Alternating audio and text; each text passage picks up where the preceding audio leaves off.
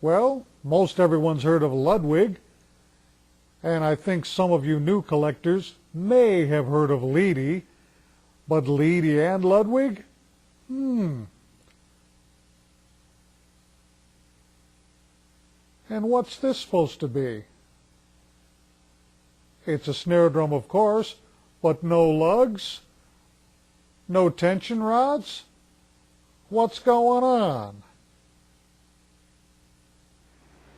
Here's what's going on.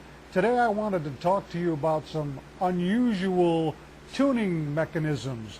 And the reason I brought this drum in is that it's a perfect example of that. It's a Leedy and Ludwig knob tension snare drum, and it has a very unusual tuning system, and we're going to take a look at that in just a minute. I want to show you that it has basically 6 lugs, even though you don't see any lugs here, but these knobs, each one set of these knobs would represent 1 lug. So there are 6 sets of knobs here, okay?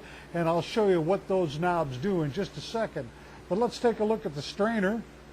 This is a very collectible drum. That's why I brought it in here today. I wanted to show you all about it, but the real reason is because of the unusual tuning. In fact, we're going to take a look inside right now, and I'll show you what's so unusual about this tuning.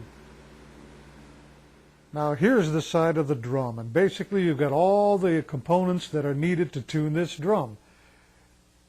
2 knurled knobs, 2 more knurled knobs. These 2 knobs are simply there to hold on these metal hoops, these chrome hoops. These knobs actually do the tuning, and when they're turned, they affect a threaded rod that goes into the inside of the drum. Let's have a look at that right now. I'm going to switch to the underside inside view of the drum, and there are the 2 mechanisms. Now those 2 knurled knobs that we were looking at are connected to the threads, and here are the threaded rods, one there and one there.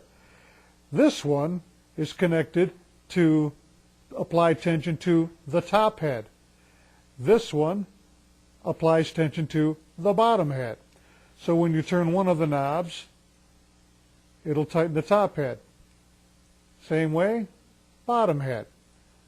Now this seems pretty ingenious, but it's not the first time it had ever been done.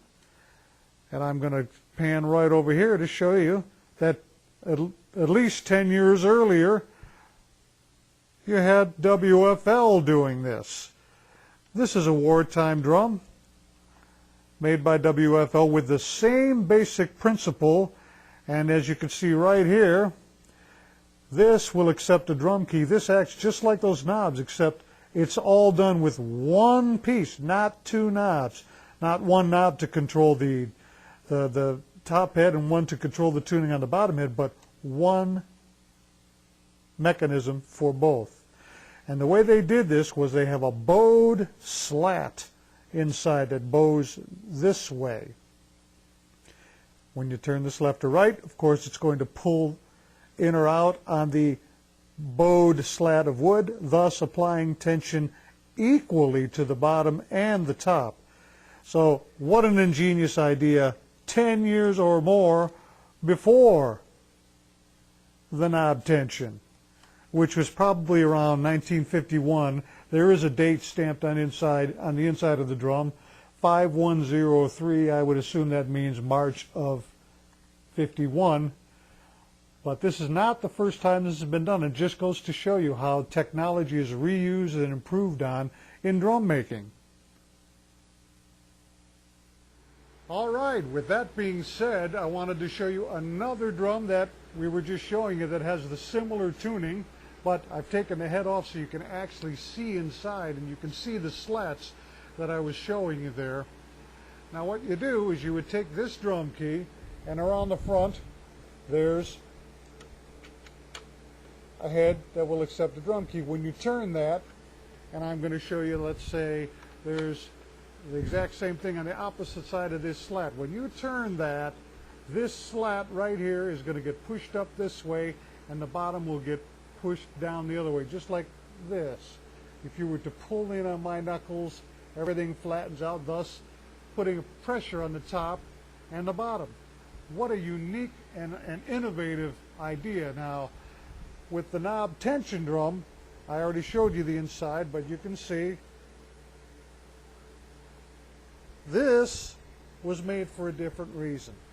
This was made because of the war restrictions on metal, the 10% law. They had to save metal for the war effort, and thus this great idea, out of necessity, was invented.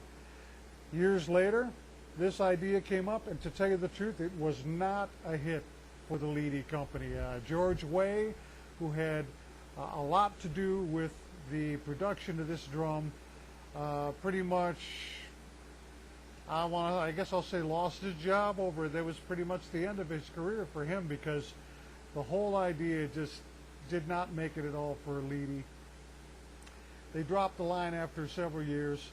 It was basically around from 51, I think, to 55, but it's such a unique drum, very collectible. I had to show you that today because it just goes to show you how innovative this whole industry can be when they're with their tuning, and they can be very creative. So both very collectible drums, interesting, and I just wanted to show you that. Unusual tuning. Jim Messina is my name. You can get me at GUMPH1234. Go see all the rest of the videos, all drum related interviews. See you again.